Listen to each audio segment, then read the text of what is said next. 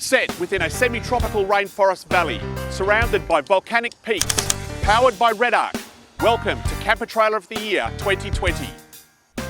The Bushwakka Bhoma is a mighty unit that packs a lot into its diminutive box-style frame. It features a host of included extras, including this full 360-degree wraparound awning, and the Bhoma's gull-wing style side-folding beds are as cool and relaxing as you can get. Inside, the Bhoma is a cool sanctuary with breezes funneled exactly where they're needed. And the height, more than 2.1 metres floor to ceiling, is truly surprising. Everything you see is included with the Bhoma. 75 litre XTM dual zone fridge freezer, 160 watt panel, diesel rims, gas hot water system. But let's hear from the judges about this cool off-road unit. I loved the Bushwakka Bhoma's gull-wing side-folding beds, David. Did you feel the same? Yeah, sure did. It's a unique sort of design with your beds folding out each side, and two double beds even, not single beds. It was a really interesting design and very well executed. Bhoma, it's Zulu for small shelter in the bush, and that's exactly what this thing is. It's got twin 180-degree shelters to go on the outside for awnings, and those two beds, I can really see two hunters, two fishermen, two gold prospectors going off into the bush to create their small shelter and live quite well. There's so much going for this particular camper. One thing I particularly liked was that huge swing door at the back with that kitchen unit. You had a separate sink on one side, you had this cavernous pantry space, really functional kitchen, and I think we counted as we went round, I think we counted 5 water points, didn't we? Yeah, 5. All accessible and fed by the pump, so not one gravity one there amongst them. That kitchen was really interesting. There's a great big box on the back of the camper that you swing around and fold down, but it all opens out, and here's this huge stainless steel prep space with a cooker in it, your sink over here. That pantry was probably the biggest that we've seen so far. You know, one little thing I like too, and it must be so cheap to deliver on, but it's so handy. Those custom foam inserts with the custom cutlery. So when you're traveling the back roads and you get to the end of the day, you open it up and things are where you left them. They haven't been rattled from one end of the pantry to the other. Really simple, really functional, makes a really big difference when you're traveling.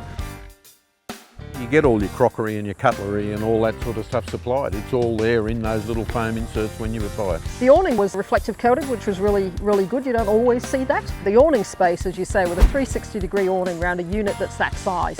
I mean, you could live out there for a week. You could have a small herd of wildebeest in with you and you wouldn't notice they were there.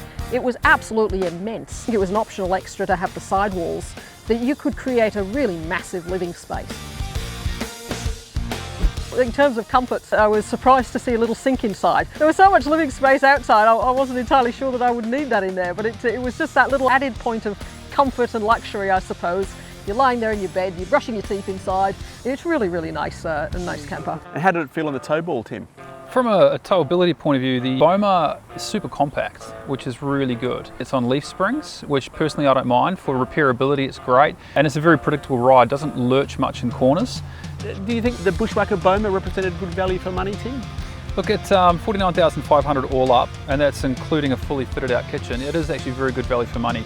And the reason why I say so is it has great social opportunities. So once it's fully unpacked and the awnings are right out, it's just a great place to be with so much space, both inside and out. You've got twin double beds with inner sprung mattresses inside, a sink inside, as we've said, and then outside you've got lighting throughout the awning, and you've got the kitchen area at the back, and then you've got 2 side areas where you could put some swags for your mates. You could put a dining table out there, there's so much space.